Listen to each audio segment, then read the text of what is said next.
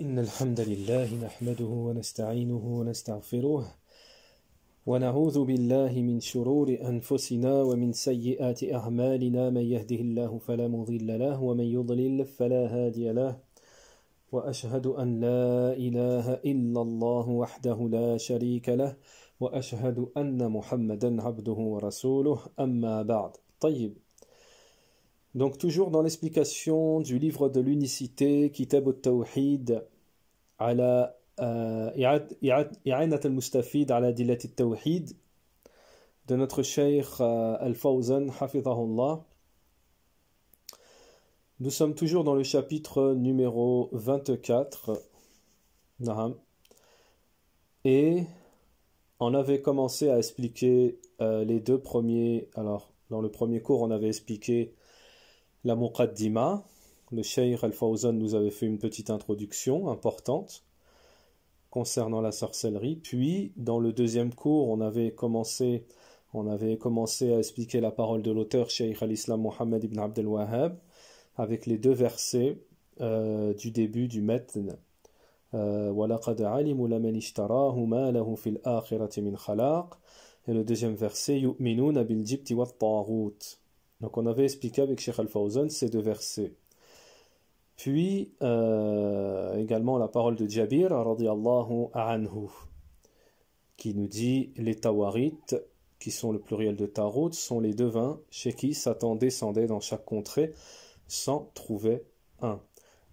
Aujourd'hui, Inch'Allah ta'ala, l'explication du Cheikh, la suite, c'est l'explication du hadith d'Abu Hurairah radiyallahu anhu, qu'Allah l'agrée, rapporte que le prophète alayhi salatu wassalam a dit « Éloignez-vous des 7 péchés capitaux ». Les compagnons demandèrent « Ô prophète d'Allah, quels sont-ils » Il répondit « Le polythéisme, la sorcellerie, tuer injustement une âme rendue sacrée par Allah, prendre le fruit de l'usure et spolier un orphelin de ses biens, fuir le jour de la bataille et accuser faussement les femmes chastes, innocentes et croyantes. » Tayyib. Donc ça, c'est la parole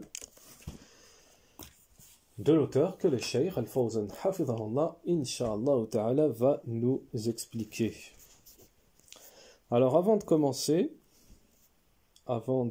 commencer, نعم وعن أبي هريرة رضي الله عنه أن رسول الله صلى الله عليه وسلم قال اجتنبوا 7 الموبقات قالوا يا رسول الله وما هن قال الشرك بالله والسحر وقتل النفس التي حرم الله إلا بالحق وأكل الربا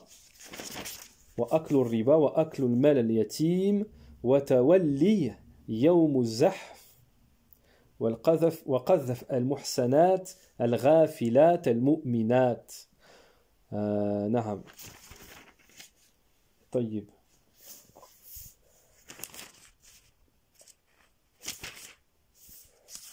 Alors, نعم, nous disions, avant de commencer ce cours, nous avons une faïda par rapport au cours dernier. On avait dit dans le cours dernier que concernant la sorcellerie, il y avait plusieurs paroles de savants, divergences entre les savants, concernant les genres de sorcellerie, celles qui font sortir de l'islam et celles qui ne le font pas. C'est-à-dire celles qui sont de la mécréance et celles qui ne le sont pas. Alors, il y a le consensus sur le fait que la sorcellerie ou le sorcier travaille avec les shayatines qui, comme nous l'avons étudié, les shayatines ont des conditions et lui demandent de faire du polythéisme et de la mécréance. Donc ce genre de sorcellerie, c'est du polythéisme, c'est de la mécréance, ça fait sortir de l'islam. Mais là où il y a certains savants, alors la deuxième catégorie, là où certains savants disent que ce n'est pas du de la mécréance, c'est les incantations, les amulettes, les genres d'incantations, de potions, tout ce genre-là. Tout ce genre-là qui ne contiennent pas de mécréance. Mais il faut savoir, et c'est ce qu'on avait dit dans le cours précédent, que y a des savants, comme Cheikh Al-Fawzan, pour eux, il n'y a pas de distinction. La sorcellerie, dans l'absolu, c'est du kufr et du shirk. Wallahu a'lam. Donc c'est bien à savoir. طيب وعن أبي هريرة رضي الله عنه أن رسول الله صلى الله عليه وسلم قال اجتنبوا. Alors écoutez bien parce qu'il y a de la fawaïd et il y a des fawaïd de la faïda et je vous donne justement une faïda concernant l'enseignement, la méthodologie et muhim, une faïda concernant la recherche de la science. C'est que même si par exemple vous assistez ou vous écoutez un cours qui pour vous c'est une chose acquise, maîtrisée, le sujet de sorcellerie, un exemple, la sorcellerie. Le sujet de la sorcellerie, on connaît, c'est bon, je connais. Il faut jamais partir de ce principe-là et toujours se dire, donc ça c'est une règle que j'ai adoptée dans l'étude de la science, c'est que la yastaghni anhu ay ahad. C'est-à-dire, nul ne peut en réalité se dire qu'il peut s'en passer, se passer de tel cours ou de tel cours ou tel cours. Parce qu'au pire, ça fait toujours une révision et on n'est pas exempt, on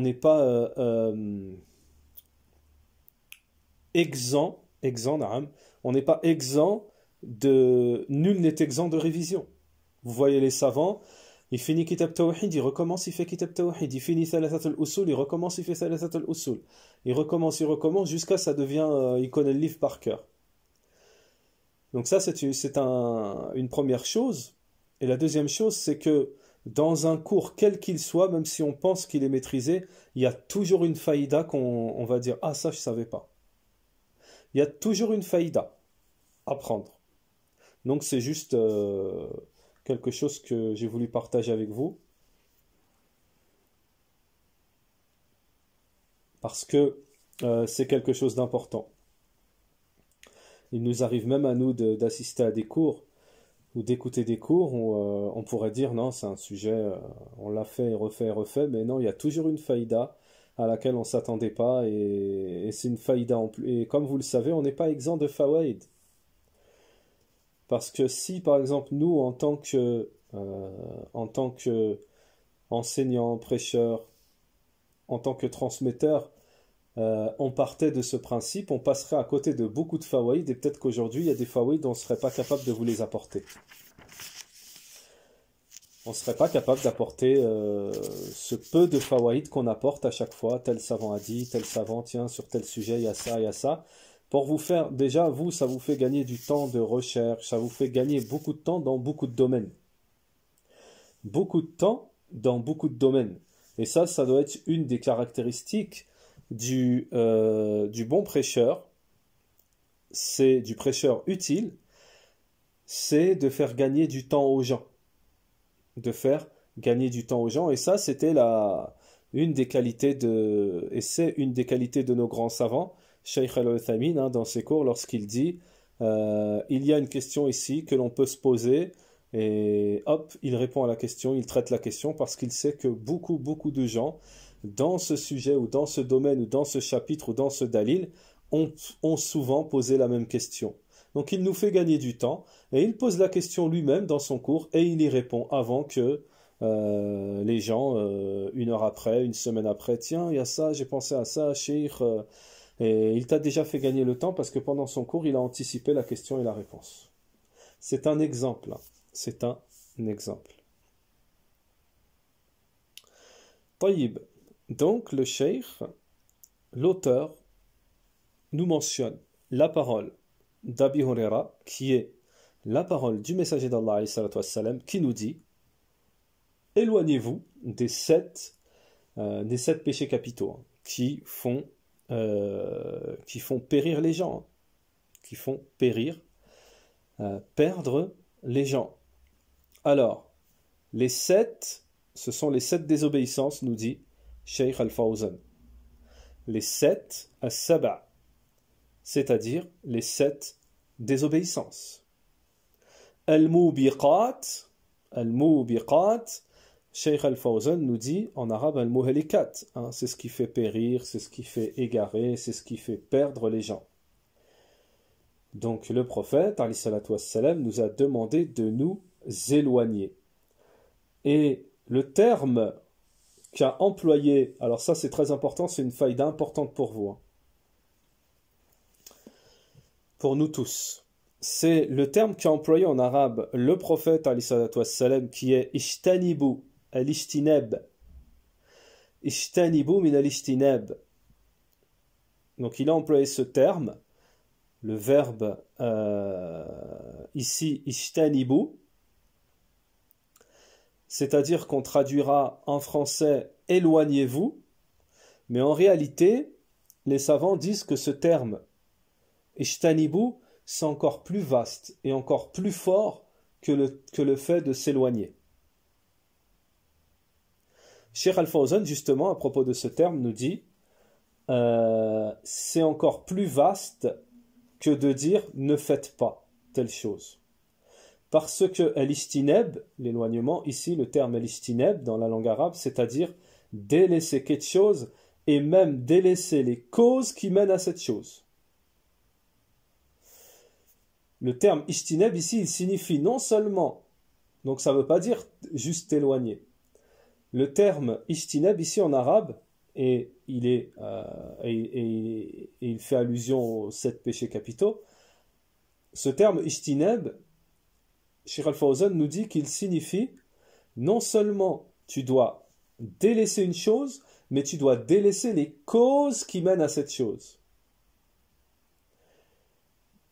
Et ça, c'est une bonne exhortation. D'ailleurs, toutes les exhortations du prophète sont bonnes et parfaites, mais ça, c'est une bonne exhortation dans le sens où, étant donné que le shaitan, il fait tomber les gens dans les causes pour les faire tomber dans le péché lui-même. Il leur fait faire les causes, il les tire avec les causes, par exemple, regarder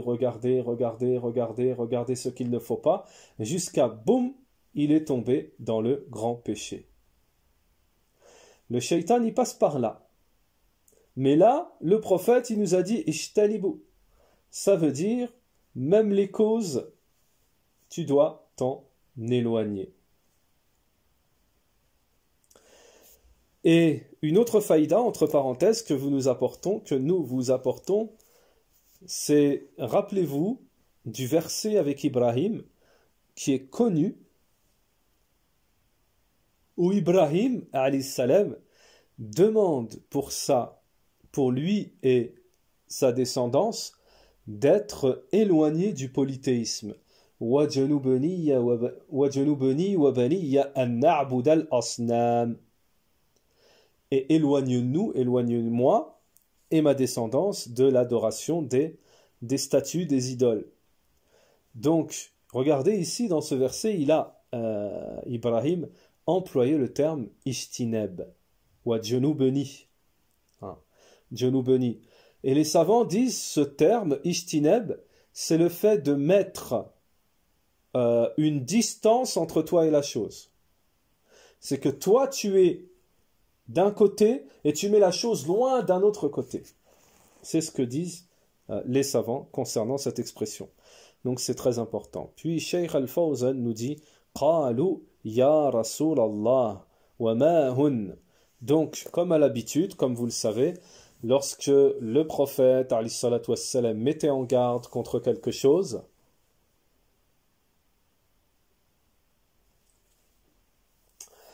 alors les compagnons toujours demandaient demandait au messager d'Allah quelles sont ces choses.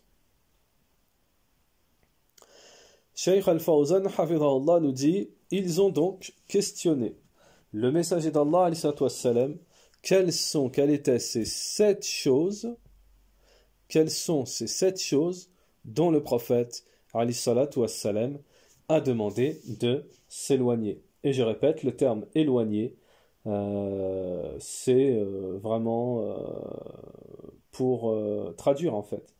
Mais le terme est plus fort. Et Allahu a'lam si le terme existe dans la langue française. En tout cas, la preuve ici que la langue arabe est plus riche et plus vaste que la langue française. Puis Cheikh Al-Fawzan nous dit, ils ont demandé au prophète alayhi salatu wassalam, quels sont ces 7 jusqu'à ce qu'on puisse s'en éloigner. Quels sont-ils?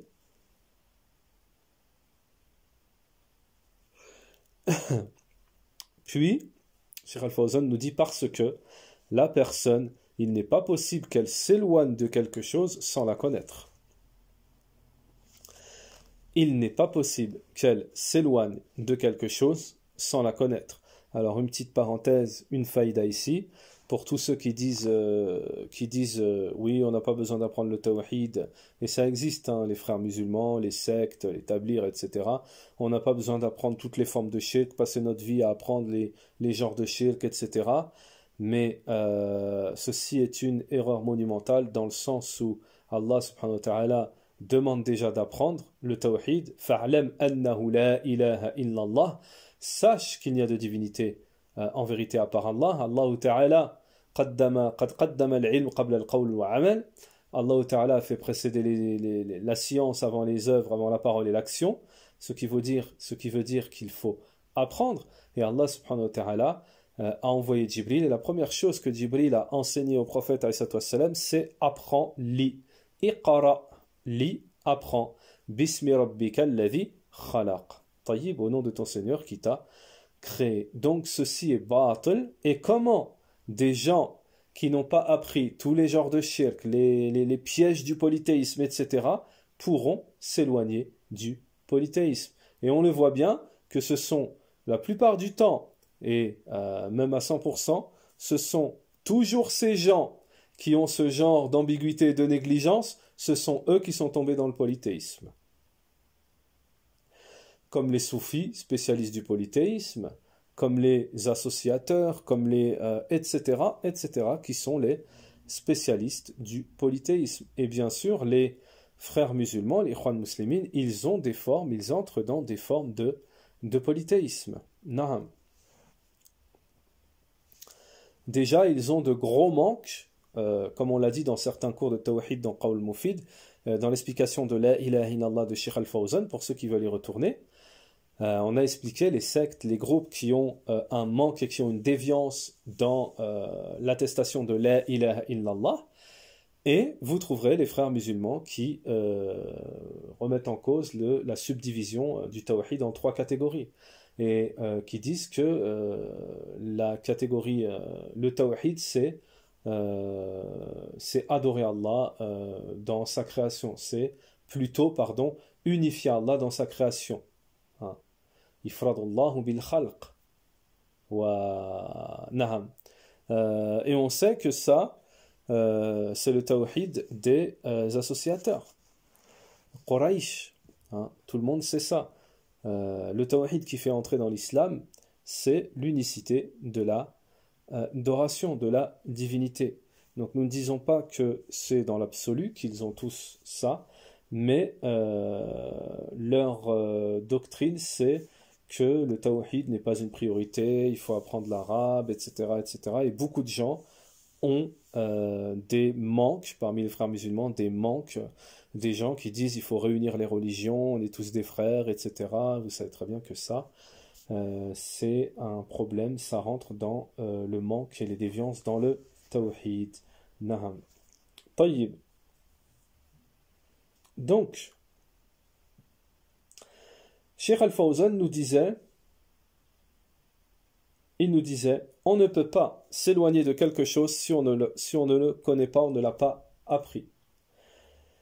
ففي هذا دليل على أنه يجب على المسلم أن يسأل عن الأمور المحرمة. Donc il y a la preuve ici, nous dit Cheikh Al-Fawzan, qu'il est obligatoire aux musulmans, ici dans ce hadith d'Abi Huraira, il y a la preuve qu'il est obligatoire aux musulmans de questionner, de demander dans les choses qui sont interdites, pour qu'ils puissent connaître les choses qui sont du polythéisme, jusqu'à ce qu'ils s'en éloignent.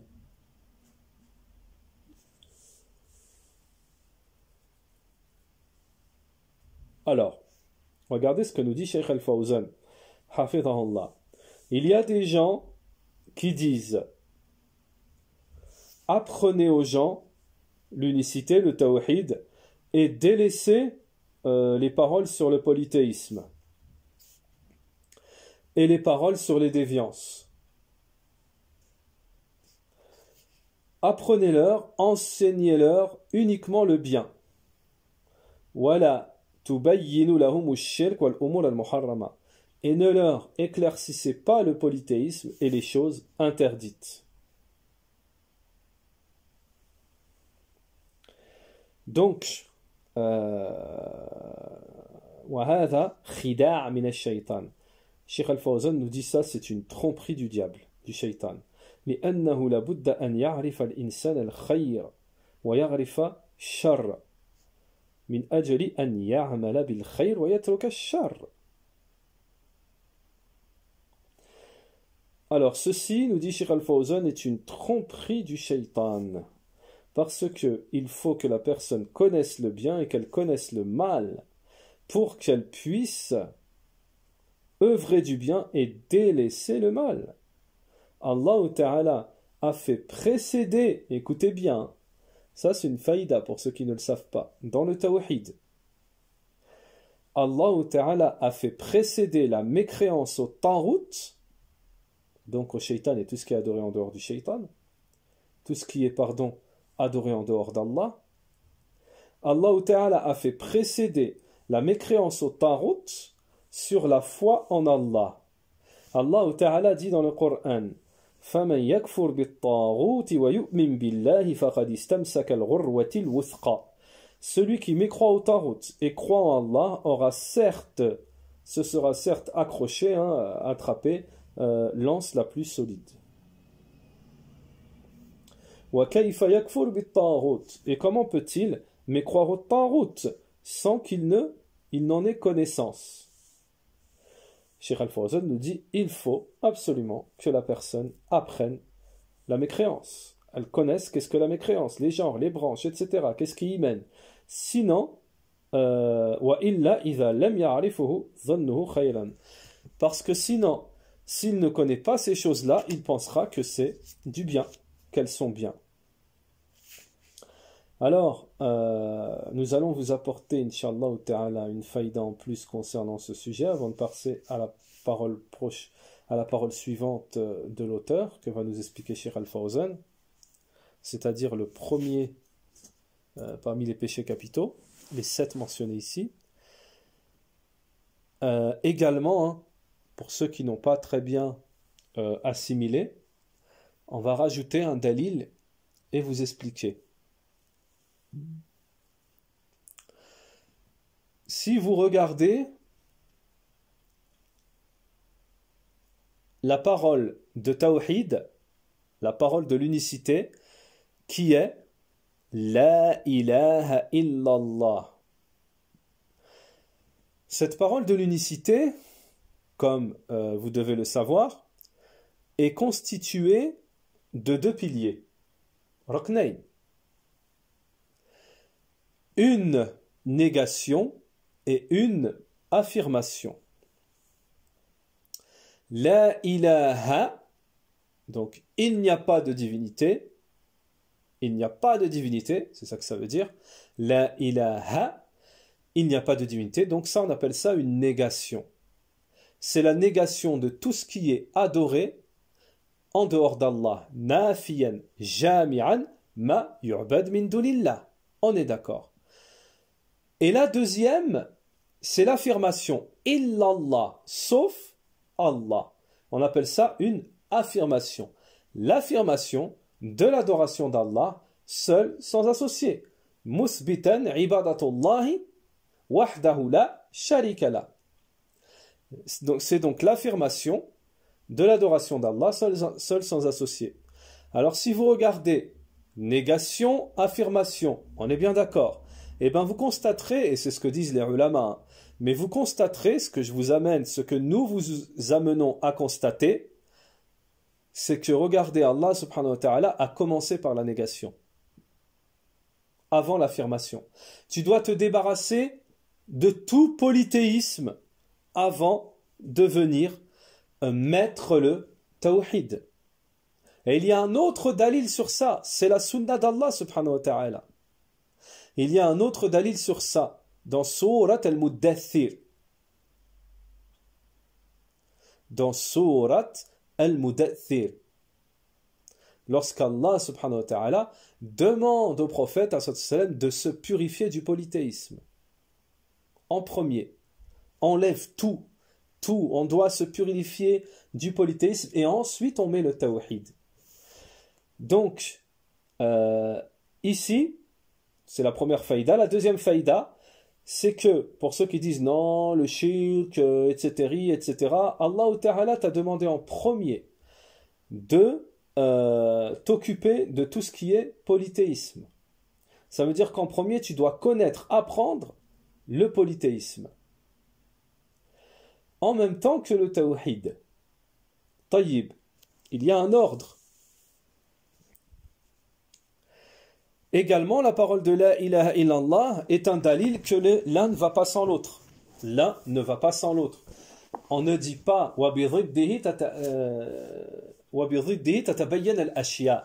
c'est par son contraire qu'on apprend à connaître une chose. C'est par son contraire qu'on apprend à connaître une chose. Donc forcément, celui qui apprend le tawhid, c'est incontournable.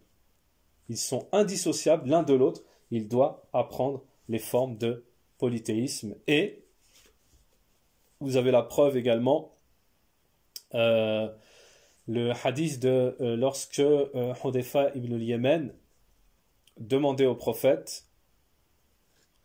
dans un hadith il dit, les gens demandaient sur le bien, demandaient au prophète tout ce qui concerne le bien, et moi je demandais au prophète alayhi salatu wassalam, tout ce qui concerne le mal, de peur qu'il ne m'atteigne, de peur de tomber dedans.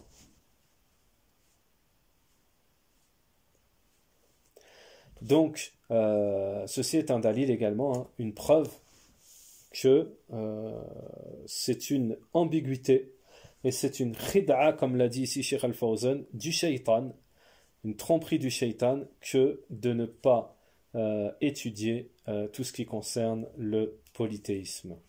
Et la plupart qui ont, comme on l'a dit précédemment, ces idées-là, ces ambiguïtés, eh ben, ce sont eux qui sont tombés en plein dans le polythéisme et après qui viennent revendiquer mais nous sommes musulmans, on dit la ilaha illallah, etc. Pourquoi vous nous rendez mécréants? Non, nous, les gens de la sunna, si on peut dire ça comme ça, nous, les gens de la sunna ne vous rendent pas mécréants, vous vous êtes rendus mécréants tout seuls. Les gens de la sunna ne font que confirmer le jugement qui est émis déjà par Allah et son messager dans le kitab wa sunna. Taïb, donc on ne peut pas imputer l'injustice de les rendre mécréants alors qu'ils sont tombés, comme ils le font en critiquant Cheikh al-Islam et tous les gens de la sunna, alors qu'ils sont tombés dans un acte annulatoire de l'islam qui est le polythéisme, car le polythéisme est un acte annulatoire de l'islam.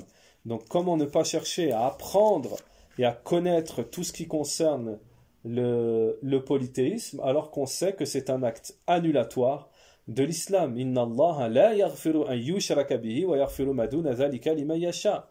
Et Allah ne pardonne pas qu'on lui associe quoi que ce soit, par cela il pardonne à qui il veut. Naam.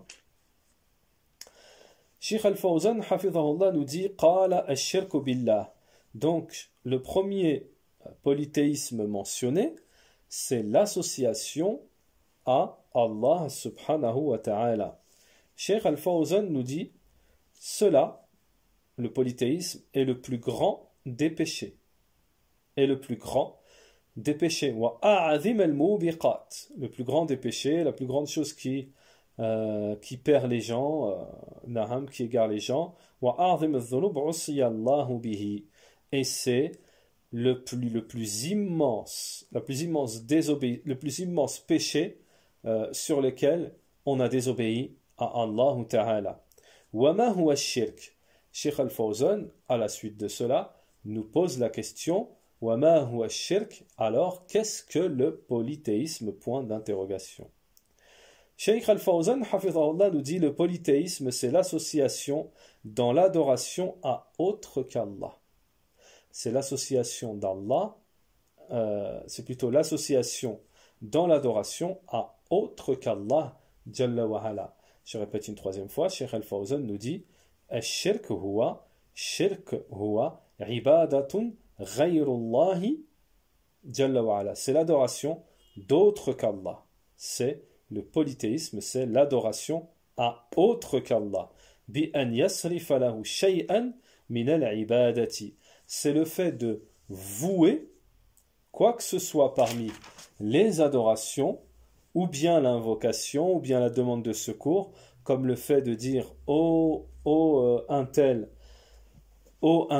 sauve-moi, oh, un tel, guéris-moi de la maladie, et ils partent dans les tombes, ou alors dans les mausolées, et ils disent « Oh, saint un tel, je suis à ton service, sauve-moi, Ashfini, guéris ma maladie, donne-moi un enfant, donne-moi une femme, etc., etc. Tout cela est du polythéisme en Allah, nous dit Cheikh Al-Fawzan.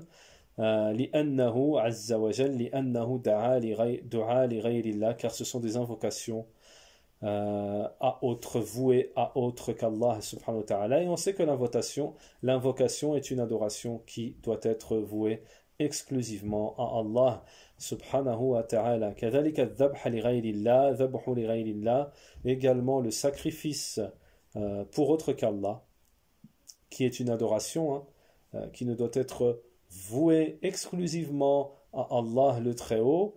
كأن يذبح لقبر أو ضريح, comme une personne qui sacrifie pour les tombes ou les gens des tombes, les mausolées, etc., et pour qu'il lui donne un enfant, ou alors pour qu'il le défende contre tout ce qui est nuisible, ou qu'il le guérisse de la maladie, ou alors il fait des vœux, ils font des vœux sur les tombes. Tout cela est du polythéisme en Allah Jalla wa Ala. فَلَيْسَ الشِّرْكُ مَقْصُورًا عَلَى عِبَادَةِ الْأَصْنَامِ. Cheikh Al-Fawzan, il nous donne une faïda ici importante. Le polythéisme n'est pas réduit uniquement à l'adoration des idoles, c'est-à-dire des statues, comme ont essayé de le faire croire certains associateurs, petit commentaire de notre part, comme ont essayé de le faire croire certains associateurs parmi leurs ambiguïtés, pour détourner les gens, le fait de faire croire que le polythéisme c'est uniquement adorer les statues, tout le reste c'est pas du polythéisme. Cheikh Al-Fawzan répond, dit bel ash-shirk fi kulli ma surrifa li ghayrillah. Cheikh Al-Fawzan nous dit bel et bien le polythéisme c'est tout ce qui a été voué en dehors d'Allah parmi les adorations, quelles qu'elles soient et quel que soit celui qui les voue ou à qui elles sont vouées, que ce soit une statue, que ce soit une tombe, un arbre, pierre ou toute autre chose, cela est du polythéisme. Puis Cheikh Al-Fawzan, hafidhahullah, nous dit le polythéisme, Allah Ta'ala ne le pardonne pas. Le polythéisme, Allah subhanahu wa ta'ala ne le pardonne pas. Allah Ta'ala nous dit dans le Coran, Inna Allah la yaghfiru an yushraka bihi. Et certes, Allah ne lui pardonne pas qu'on lui associe quoi que ce soit. Cheikh Al-Fawzan nous dit Wal mushrik la yadkhulul jannah abadan. l'associateur ne rentre jamais au paradis. Et son refuge sera l'enfer. Innahu man yushrik billahi. Allah Ta'ala nous dit, celui qui associe à Allah, Allah lui interdit l'entrée au paradis et son refuge sera l'enfer. Harram Allahu alayhi al-jannah. إنه من يشرك بالله فقد حرم الله عليه الجنة ومأواه النار حرم الله عليه الجنة. Allah Ta'ala lui a interdit le paradis, c'est-à-dire qu'il lui a interdit d'entrer d'une entrée éternelle. ومأواه النار, donc ça sera son endroit, ça sera l'enfer. وما للظالمين من أنصار, et les injustes n'auront pas de secoureurs. Le verset du Coran. Puis, Cheikh Al-Fawzan nous dit, puis l'auteur nous dit was-sihra. Donc, le deuxième qu'on a expliqué avec le Cheikh, le premier parmi les 7 péchés capitaux, le polythéisme, et le deuxième qui est la sorcellerie. Puis l'auteur nous dit, alayhi salatu wassalam, puis le prophète, alayhi salatu wassalam, nous dit, plutôt, la sorcellerie as-sihr. Cheikh Al-Fawzan nous dit, wa hadha mahal ash-shahid min al-hadith. Alors, Cheikh Al-Fawzan nous dit, c'est là, ici, le point témoin qui nous intéresse par rapport à ce hadith dans ce chapitre. Ce qui est relié directement et qui nous intéresse dans ce hadith par rapport à notre chapitre qui est la sorcellerie, c'est le deuxième péché capital parmi les péchés capitaux qui est la sorcellerie. Cheikh Al-Fawzan nous dit لأن السحر كفر وشرك بالله, parce que la sorcellerie c'est du polythéisme, c'est de la mécréance et du polythéisme en Allah. Et Allah et le prophète alayhi salatu wassalam l'a accroché, l'a joint au polythéisme, c'est-à-dire dans un contexte, dans le domaine du fait de joindre le spécifique au général. Pourquoi? Parce que, on va expliquer Inch'Allah, pourquoi? Parce que la sorcellerie est un genre parmi les genres de polythéisme. Alors,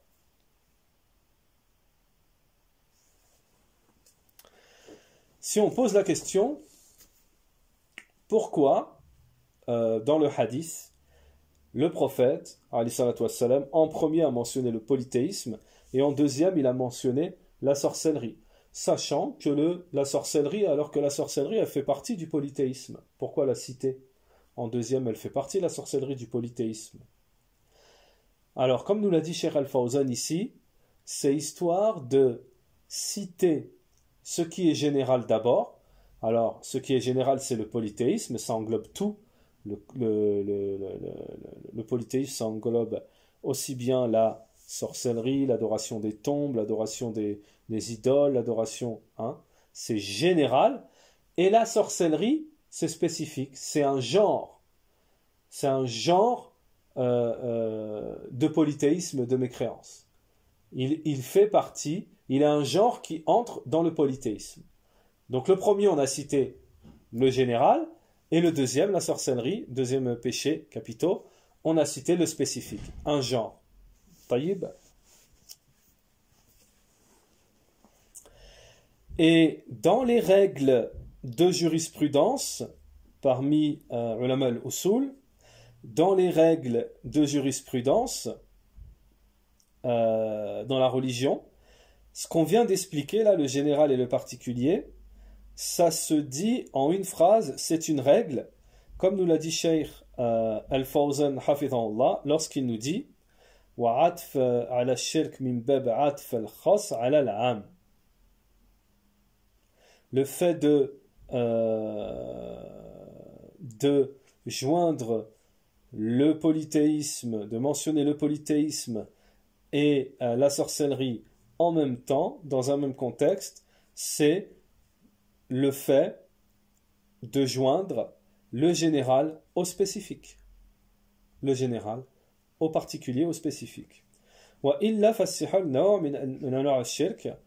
l'a dit, sinon, à part cela, la sorcellerie est un genre parmi les genres de polythéisme, mais le prophète alayhi salatu wassalam a spécifié sa mention parce que il l'a joint au polythéisme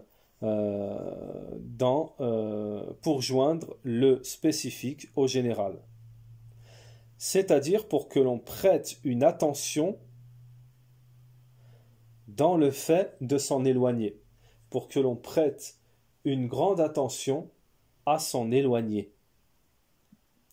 Puis, le prophète, alayhi salatu wassalam, en troisième position, nous dit, est le fait de tuer une âme innocente qu'Allah a rendue sacrée sans en avoir le droit. النفس التي حرم الله هي النفس المؤمن والنفس المعاهد. Cheikh Al-Fawzan nous dit, cette âme qui est sacrée et que l'on ne doit pas tuer, Cheikh Al-Fawzan hafidhahullah nous dit, l'âme qui est sacrée auprès d'Allah, que l'on ne doit pas, qui est mentionnée ici justement dans ce hadith, c'est l'âme du croyant ou l'âme du coopérant. Le coopérant, c'est quelqu'un de mécréant qui est accueilli dans le pays musulman qui a un pacte avec le gouvernement. فالمؤمن عصم الله دامه وماله وعرضه. Le croyant, Allah Ta'ala a rendu sacré, a préservé son sang, ses biens et son honneur. Il n'est pas permis de l'agresser sur cela. قال النبي صلى الله عليه وسلم أمرت أن أقاتل الناس حتى يقولوا لا إله إلا الله.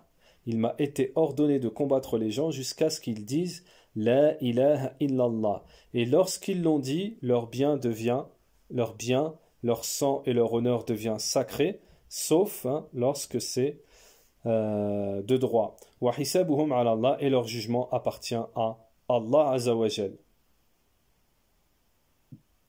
Également, le messager d'Allah, alayhi salatu wassalam, comme vous le savez tous, dans le pèlerinage d'adieu, a dit Inna dima'ukum, et vos sangs, et vos biens et vos honneurs, votre honneur, sont interdits les uns envers les autres. Comme ce jour sacré sont sacrés les uns envers les autres, comme ce jour aujourd'hui est sacré dans ce pays aujourd'hui, dans ce mois-ci, jusqu'à la fin, est-ce que j'ai transmis? Donc avant de continuer, nous voudrions faire une petite parenthèse. Nous voudrions faire une petite parenthèse qui est assez importante puisque, comme le disent les savants éducateurs et les savants ancrés, rasikhuna fil ilm, qui sont ancrés dans la science, nos grands savants disent que le prêcheur doit être également un éducateur. Donc également à propos de ce hadith très important où le prophète à plusieurs reprises, dans plusieurs dalil, dans plusieurs adillah, dans plusieurs preuves du kitab wa sunna, a mentionné que le croyant, le musulman envers le musulman, son sang, ses biens et son honneur sont sacrés, il est interdit d'y toucher. Nous mettons un point et nous faisons porter l'attention à nos frères et à nos sœurs que à notre époque, cela s'est banalisé alors que le prophète a rendu cela sacré. Quelque chose que le prophète alayhi salatu wassalam a interdit entre nous et a rendu sacré, beaucoup de gens aujourd'hui ont rendu cela banal. Concernant le sang, les khawarij qui tuent les musulmans et qui délaissent les gens, comme cette parole est connue, la parole du prophète ou la parole des savants qui est connue, يقاتلون أهل الإيمان ويتركون أهل الأوثان. Ils tuent les gens de la foi et ils délaissent les idolâtres, les associateurs. Également, ça c'est un exemple concernant le sang. Concernant les biens, on n'entre pas dans le détail, tout le monde connaît, tout le monde sait qu'il y a des musulmans, qu'il y a des croyants qui prennent le haqq, qui ont banalisé le haqq de leurs frères, de leurs sœurs, et qui n'hésitent pas à manger leurs droits, leurs biens dans le faux. Ils mangent le bien de leurs frères et sœurs dans le faux. Et ça, c'est prouvé, et on doit faire attention. Et également, un point où je tiens, le troisième point sacré et interdit entre nous, et sur lequel nous tenons à insister, car cela c'est encore plus banalisé entre nous, c'est l'honneur des gens. C'est l'honneur du musulman. C'est l'honneur de ton frère. C'est l'honneur de ta sœur. Où les gens ont pris le terrain, où certains ont pris le terrain de la prédication, le terrain entre parenthèses, parce que oui, pour eux c'est un terrain, où certains ont pris le terrain de la prédication comme un terrain de jeu où l'on peut bafouer l'honneur de son frère ou de sa sœur. Maintenant, aujourd'hui, c'est très facile. N'importe qui n'a rien à voir avec la science utile, qui n'a ni étudié chez les savants, ni étudié tout court, il prend le micro, il fait une vidéo et il parle sur son frère ou sur sa sœur. Hadiya, c'est une shaytaniya. Hada, c'est un dajjal. Il fait du... Et on cite son nom. Et on cite ses défauts si on a remarqué des défauts chez lui. Et on le rabaisse devant les gens. Et on l'accuse de ostentation, ou on l'accuse de vouloir prendre l'argent des gens, ou de vouloir faire de l'ostentation, et on le juge, il a fait ça, il a arrêté ça, il continue pas ça, il fait ça, il est comme ci, il est comme ça. Sachez que cela rentre dans l'injustice. Ne vous posez pas de questions. Si ces gens-là, il leur arrive des choses très graves. Il ne faut pas se poser de questions, car il y a des gens qui ne disent rien, mais qui demandent réparation à Allah Ta'ala. Comme cela est dans leur droit. Il y a des gens qui font des invocations.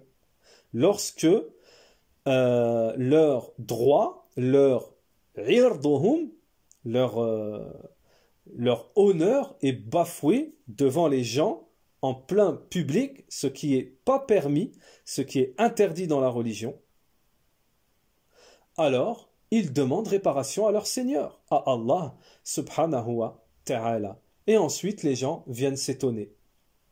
Il m'arrive ceci, il m'arrive cela. Des gens qui ont des groupes également, qui attendent à l'honneur des grands savants.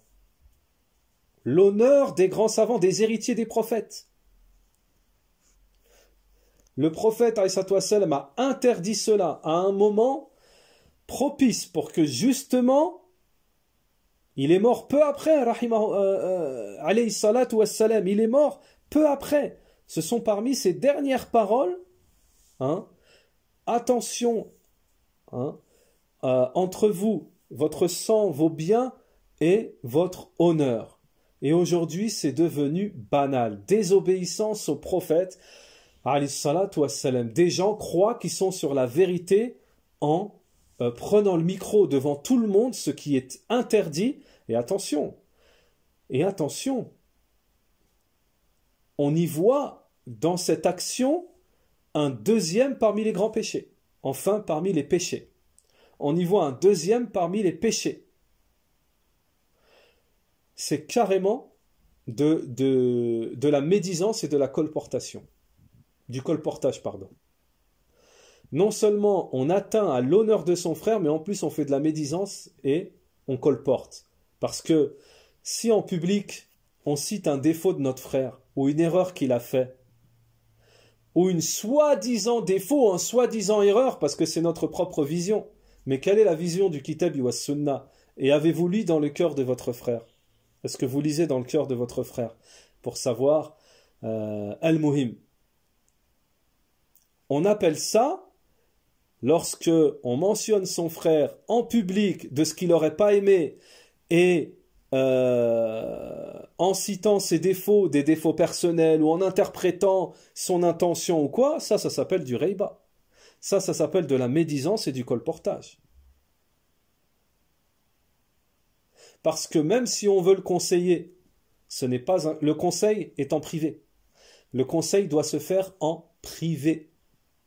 Les ulama disent ce n'est pas un conseil, quelqu'un qui dévoile les défauts et qui veut parler sur une personne en public. Ce n'est pas un conseil, on appelle ça fadaha, c'est-à-dire un dévoilement. Et cela ne fait pas partie de la méthodologie des salafs. Il est connu que les salafs faisaient le conseil, pratiquaient le conseil en privé. C'est la méthodologie des gens de la sunna.